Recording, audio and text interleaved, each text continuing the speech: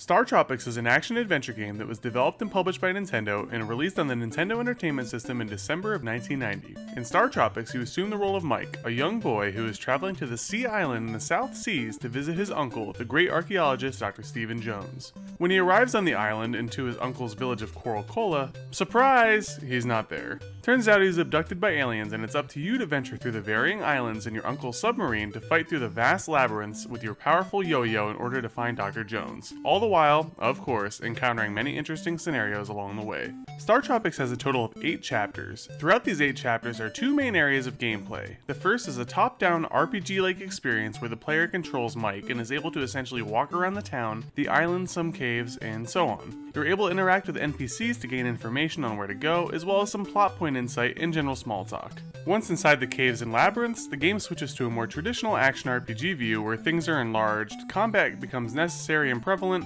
and platforming comes into play.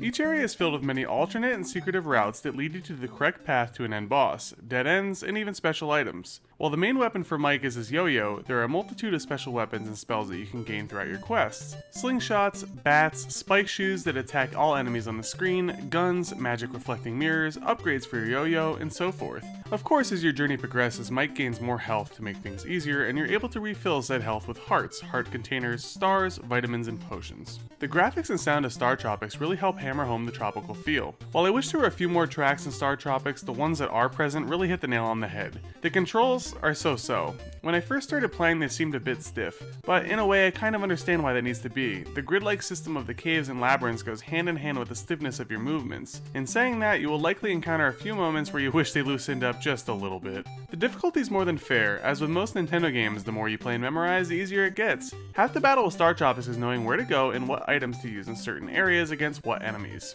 Once you master that, the game shouldn't prove to be too much of a challenge. Prior to this review, I had never played StarTropics. After playing through and beating it, I now know why it's as heralded as it is. It's a classic. The gameplay is fun, and you become fully submerged into the game's environment, there's a decent amount of challenge, and the chapter system helps both extend the game quite a bit and gives you good checkpoints to take breaks. I can't complain much. I give StarTropics an 8.5 out of 10. As much as I understand why the cave labyrinth controls are stiff, at times it still bothers me more than it should. Otherwise, any complaints would be so nitpicky that I really don't feel like I need to mention them. Check this one out if you haven't already.